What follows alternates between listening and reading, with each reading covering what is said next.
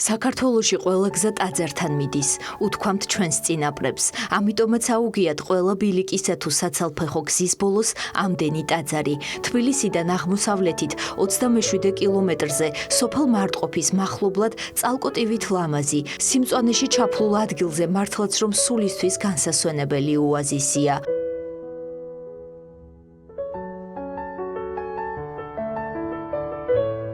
მარტყოფის ღვთაების მონასტერი უძველესი ტაძარია. მე-6 საუკუნის პირველ ნახევარში აკრიანის მთებში დამკვიდრდა საქართველოში მოსული 13 ასურელი მამათაგან ერთ-ერთი ღირსი მამა ანტონი. გადმოცემის თანახმად ამ ადგილს მე-6 საუკუნემდე აკრიანს ანუ ქვიან ადგილს უწოდებდნენ. ასურელი მამები ჩამოვიდნენ მე-6 საუკუნეში იოანე ზედაზნელი წინამძღვრი და მაგას შორის იყო მამა ანტონიც. უკანასკნელი 15 წელიწადი რო გაატარა სვეტზე ამიტომ დაერქვა მარტყოფილი და აქედან წამოვიდა სახელწოდება მარტყოფი. თან ჩამოეწენა ქრისტეს ხელთუქმნელი ხატი და ამიტომ თავად ტაძარს ღვთაების ტაძარი ქვია. სამონასტრო კომპლექსი რამდენიმე ტაძრის, სამრეკლოს, საბერეებისა და სხვა ნაგებობებისგან შედგება. მონასტრის ტაძრები ღვთაების, ღვთისმშობლის წმინდა გიორგისა და მამა ანტონის სახელობისაა. მონასტერს საუკუნეების განმავლობაში მრავალი განსაცდელი გადაუტანია. განსაკუთრებით უძლებდა შაჰ-აბასისა და ლეკთა ხშირ თავდასხმებს. წმინდანის მადლი საუკუნეების განმავლობაში იცავდა და აძლიერებდა მონასტერს. წმინდა ანტონ მარტყოფელს საქართველოს მართლმადიდებელი ეკლესია უდაბნოს მნათობელ მზეს უწოდებს. წმინდანის სახელთანაა დაკავშირებული საქართველოში ღვთაების ხელთუქმნელი ხატის ჩამობრძანება, რომელიც ჟამთასვლის დროს მონასტრიდან უკვალოდ გაუჩინარდა. მონასტრის მახლობლად მთის წვერზე ღირს მამა ანტონს სვეტი აუგია, სადაც განმარტოებით ცხოვრებას ეწეოდა. აქედან მოდის მისი ზეწოდება მარტოდ მყოფელი ანუ მარტყოფელი. გზა წმინდა მამა ანტონის სვეტისკენ განვაგრძეთ. წინ ბერის საბა მიგვიწვება. მონასტრიდან ღირსი მამა ანტონის სვეტამდე ვიწრო ბილიკით მთის ფერდობს მივუყვებით. გზა დამღლელი აღმოჩნდა, თუმცა დანიშნულების ადგილზე მაინც ავედით. სვეტიდან ულამაზესი ხედი იშლება.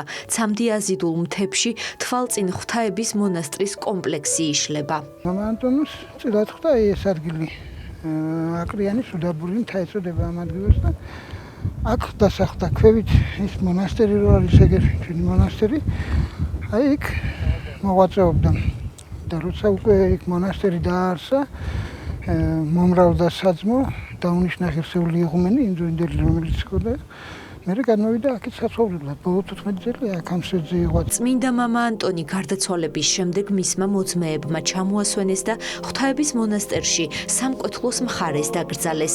საუკუნეების განმავლობაში მისი საფლავი და წმინდა ნაწილები სასწაულს აღასრულებდნენ. მის წმინდა ძალას მხოლოდ ის ადამიანები ეზიარებიან, ვინც ჭეშმარიტი სარწმუნოებით და ქრისტიანული სულით აღსავსე მოდიან შეწევნის საძიებლად. მამა ანტონიზე ნათქვამია რომ ესე იგი აქ განმარტოებით ცხოვრებითო უფრო მეტი გააკეთო, ვიდრე მთელი მსოფლიო მოევლო ქალაქებითო. იმიტომ რომ მასთან მისთვის ბევრი იკუნებოდა და ახლაც ვინც მენით მიდის, მე აქ 20 წელიწადი ვარ და ხედავ რომ ბევრი იკუნება და მეც მეხმარება ღირსი მამა ანტონი. 1993 წლიდან მარტყოფის მონასტერი ცხუმ-აფხაზეთის მიტროპოლიტის დროებით რეზიდენციად იქცა და დღევანდელი ეპარქიის სამღვდელოებამ მოღვაწეობა აქ განაგრძო. არქიმანდრიტი ბენიამინი უკვე მრავალი წელია მონასტრის წინამძღვარია და სავანის თანამედროვე ყოფა მის მოღვაწეობასთანაა დაკავშირებული. იგი საძირკველი მონასტრული ცხოვრებისა და დაყარებულია მორჩილებას. აქ არის ლოცვა, მარხვა, შრომა. და ეს მორჩილება რატომ ასაჭიროა? იმიტომ რომ ჩვენი სწავლებით ქრისტიანული ადამიანდება რო დაეცა, იმის შემდეგ ყველა ადამიანის გული მიდრეკილია ცოდვისაკენ, ყველაში ამპარტავნება, ეგოიზმი და მორჩილება კიდე რა არის? ასაზრდოთგან იმას აკეთებს, ხან შეშაჯი ხავ, ხან საჭმელს აკეთებ, ხან ესე იგი ბარავ და ამით რას აკეთებ? ესე იგი მორჩილებით, ესე იგი ემსახურებით ძმებს. ესე იგი ეს მორჩილება გასავლის რომ ცხოვროს სიყვარულით. და ლოცვა და მარხვა კიდე რატომ ასაჯირო? რო ადამიანი გახდეს ლოცვით, მარხვით, მორჩილებით სულიწმინდი ჭურჭელი და მასში მეტი პირობა იმისათვის რომ განმარტოვდე ღმერთთან. დღეს მონასტერში 30 სასულიერო პირი მოღვაწეობს, ცხოვრობენ მონასტრული ცხოვრებით. აქვთ საკუთარი მცირე მეურნეობა, პურის ყანები, რომელსაც მთელი წლის განმავლობაში შვილივით უვლიდნენ, წელს კი მისგან პირველ მოსავალს ელოდებიან.